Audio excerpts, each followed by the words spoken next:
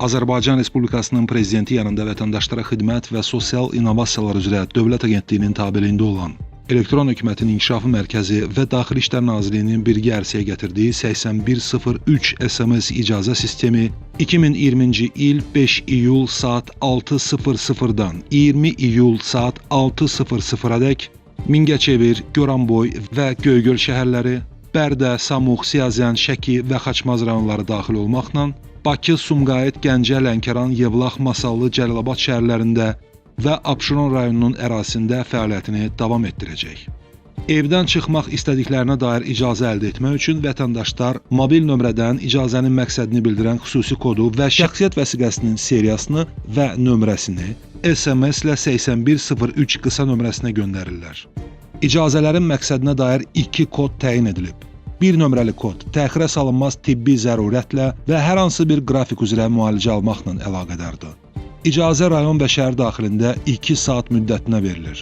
Müalicə prosedurunun müddəti uzanarsa, geri qayıtma müddəti həkim tərəfindən verilən arayışla müəyyən edilir.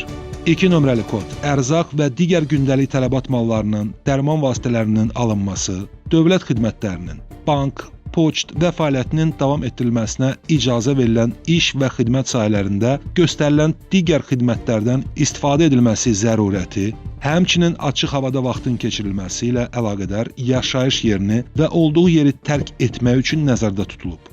İcazə 2 saat müddətinə gündə bir dəfə verilir.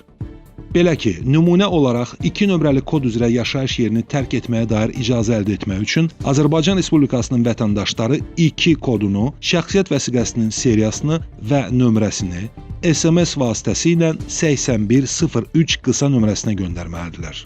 Azərbaycan Respublikasında müvəqqəti və daimi yaşayan əcnəbilər və ya vətəndaşlığı olmayan şəxslər, həmçinin Azərbaycan Respublikası ərazisində müvəqqəti olma müddəti uzadılmış əcnəbilər və ya vətəndaşlığı olmayan şəxslər icazə kodunun şəxsiyyəti təsdiq edən sənədin seriya və nömrəsini 8103 nömrəsinə göndərməklə icazə əldə edə bilərlər.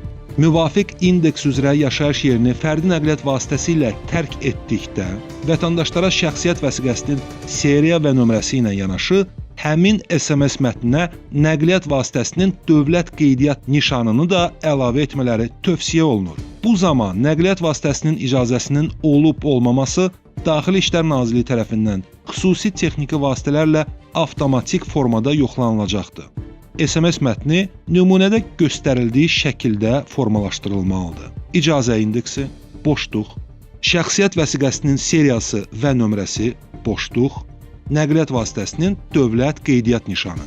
SMS mətninin düzgün formalaşdırılması üçün boşluqlardan qeyd olunan şəkildə istifadə etmək mütləqdir. Həmçinin xarici, tranzit, səfirlik və sairə dövlət qeydiyyat nişanları olan nəqliyyat vasitələri üçün də eyni qaydada icazə əldə etmək mümkündür.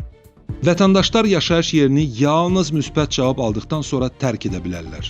Vətəndaşların müraciətinə gələn cavab SMS-ində icazənin qüvvədə olduğu müddət göstərilir. 8103 SMS icazə sistemi üzərindən müvafiq kodlar üzrə icazə alarkən, cavab mesajında şəxsiyyət vəsiqəsinin seriya və nömrəsi də əks olunur. Bu, eyni nömrədən müxtəlif vəsiqə üzrə icazə alan vətəndaşlar arasında çaşqınlıq hallarının yaranmaması, hansı vəsiqə üzrə icazənin verildiyini dəqiq müəyyən etməkdə kömək edir. Yaxın qohumun dəfnində iştirak üçün vətəndaşlar Daxili İşlər Nazirliyinin 102 qaynar xətti ilə əlaqə saxlamalıdırlar. Həyat və sağlamlığa bilavasitə təhlükəli vəziyyət yarandıqda yaşayış yerini tərk etmək üçün SMS icazənin alınması tələb olunmur. Həmçinin şəxslər məhkəməyə və ya hüquq mühafizə orqanlarına çağrıldıqda SMS göndərilmədən yaşayış yerini tərk edirlər. Vətəndaşlar SMS icazə sistemindən istifadə qaydaları və SMS göndərilməsi ilə bağlı yaranan suallarla əlaqədar Asan Xidmətin 9108 çağrı mərkəzinə müraciət edə bilərlər. Daxili İşlər Nazirliyinin əməkdaşlarının yoxlamaları zamanı müəyyən edilmiş hərəkət məhdudiyyətlərinin tətbiqi qaydalarının pozulmasına görə fiziki, hüquqi və vəzifəli şəxslər Azərbaycan Respublikasının inzibati xətalar və cinayət məcəllələrində nəzərdə tutulmuş qaydadan məsuliyyət daşıyırlar.